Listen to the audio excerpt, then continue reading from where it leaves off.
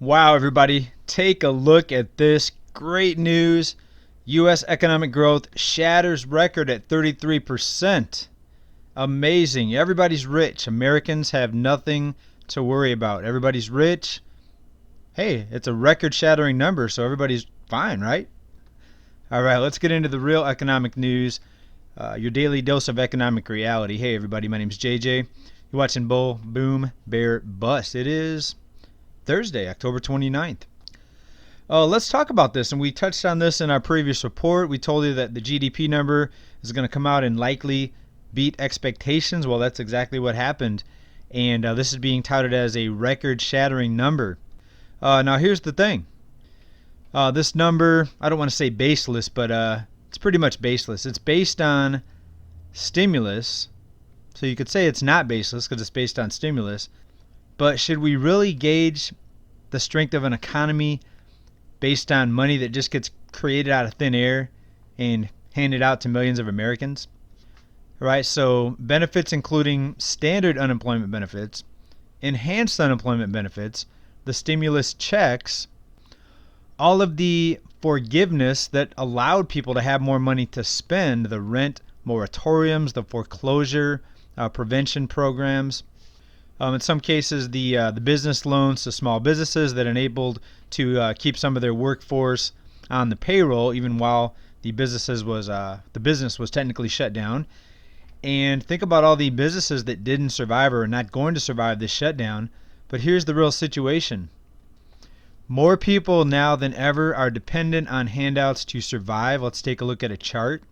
And this was put out by Real Investment Advice. And of course, you look to the far right here, you see the big rise. Now, social benefits make up 1/4 of real disposable incomes. But let's go further. Let's go back to the financial crisis right here. We saw the big uptick then, and we were never able to go back down. I mean, it's been a constant rise. Yeah, there's been some ups and downs, some waves, but it's been a constant uptick in people dependent on social benefits for their incomes. And now we're at a record high. 1 in 4 people rely on some sort of handout or social benefit, but yet we have a record-breaking GDP number. Do you see what kind of a scam they're running on us here? But people will look at this and they'll say, amazing, what an awesome accomplishment. Right? In the meantime, new jobless filings are still double what they were before the pandemic hit, before the shutdown that began in March of this year.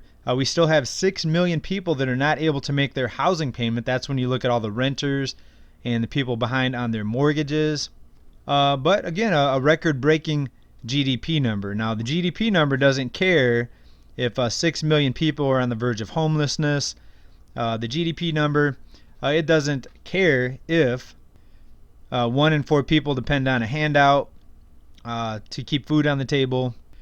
And the GDP number doesn't care if we have millions of jobs that have vanished that are likely never going to come back. All right, but I have to give some credit here to this article's author. It does say that it fails to snap the coronavirus recession. Right, and also here's the sad reality. They could have doubled this number. They could have put it over 60%. Guess how? If they would have doubled the amount of cash printed out of nothing that was given out to people to spend. It's pretty simple, right? So you hand out more money, more people spend it, the GDP number looks better. And also, when you look at this, you're looking at a number that represents growth. And when you look at growth in this number, it's looked at every 3 months, every quarter. So you're comparing this most recent quarter, the third quarter, to the second quarter. And the second quarter was April, May, and June in the midst of the shutdown because of the pandemic. Right? So you're comparing the most recent quarter to the worst quarter we've had in decades. So another reason why this number looks unusually good when really the economy is not out of the woods and millions of people are still in big trouble. All right, we're also coming up on this unemployment cliff that we talked about.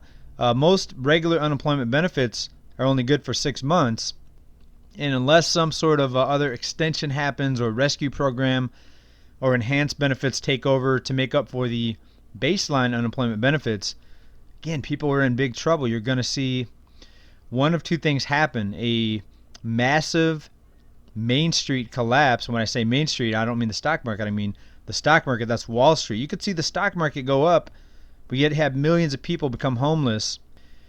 And this is part of the wealth transfer. The rich are getting richer during this time. The poor and the middle class are getting decimated in many cases, not everybody. But we also talked a few reports ago about how half of the U.S. population spends more than they make. And that's why you have so many people reliant on these benefits, on these handouts, on assistance.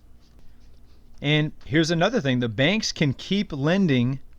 They can keep creating money into existence by giving out loans, loaning out money that doesn't exist. And many people would say, well, it's not money, it's debt. So they issue debt.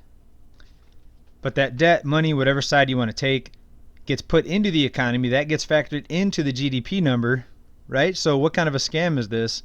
But I'd say over 99% of the people have no idea what's really going on with the economy, right? They can manipulate it with these handouts, the stimulus, with QE, lending and debt creation.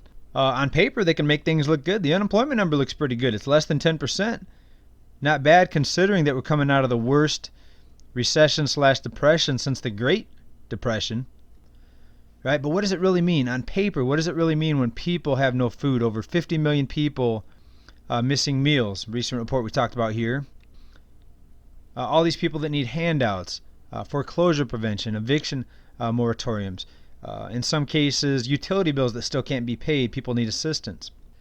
Frozen payments. People not paying their student loan payments, their credit card payments. All their loans. In many cases, people can't pay their minimum payments. Okay, and I've said time and time again, I think it's just a matter of time before this assistance comes to an end. And there's a lot of people out there with more optimism than me. Some people say I'm more doomish. What I like to call it is we are preparing here. We're preparing for a worst case scenario. All right, so if being prepared is doomish, then I guess that's it. If you fasten your seatbelt when you get in your car, I guess you're doom and gloomer. If you buy home insurance because you think there might be a tornado or something that damages your home, a fire, if you think there's a possibility of a fire or tornado, you're a doom and gloomer, right? So if you take steps necessary to prepare, you're a doom and gloomer, according to a lot of the people that leave comments. If you save money because something bad might happen, you might lose a job or you might have an unexpected expense, you're a doom and gloomer, according to a lot of people down in comments. All right, but what it really is, it's really preparing, right? So we're preparing for the worst. Now, if something amazing happens that comes in and transitions this whole scenario with the economy, some people are actually thinking there's going to be a debt forgiveness plan that comes and wipes out all the debt. But I've got news for you. If that does happen, you're likely going to have to jump through a lot of hoops. And if they come out with the digital dollar, for example, they may entice people to transition into that new system by forgiving debt. And depending on what happens, depending on who wins here next week, you may see different plans implemented. They may say, oh, it's free health care. But in the meantime, you're going to have a bunch of new regulations, requirements. All right, so in order for us not to be doom and gloomers here, I'd like to hear from you down in comments. How are we going to get out of this? Is it going to be never-ending rescue, never-ending stimulus and support programs, bailouts for corporations, never-ending unemployment benefits, never-ending moratoriums on foreclosures and evictions, the never-ending freeze on these loan payments and the millions of student loans that are not being paid right now? It's never going to end, right? It's just going to go on forever. Nothing to worry about. You guys let me know down in the comments. Don't be fooled. GDP number, it's a big scam. Thanks everybody for watching this report. Stay well, stay safe, stay prepared. Peace.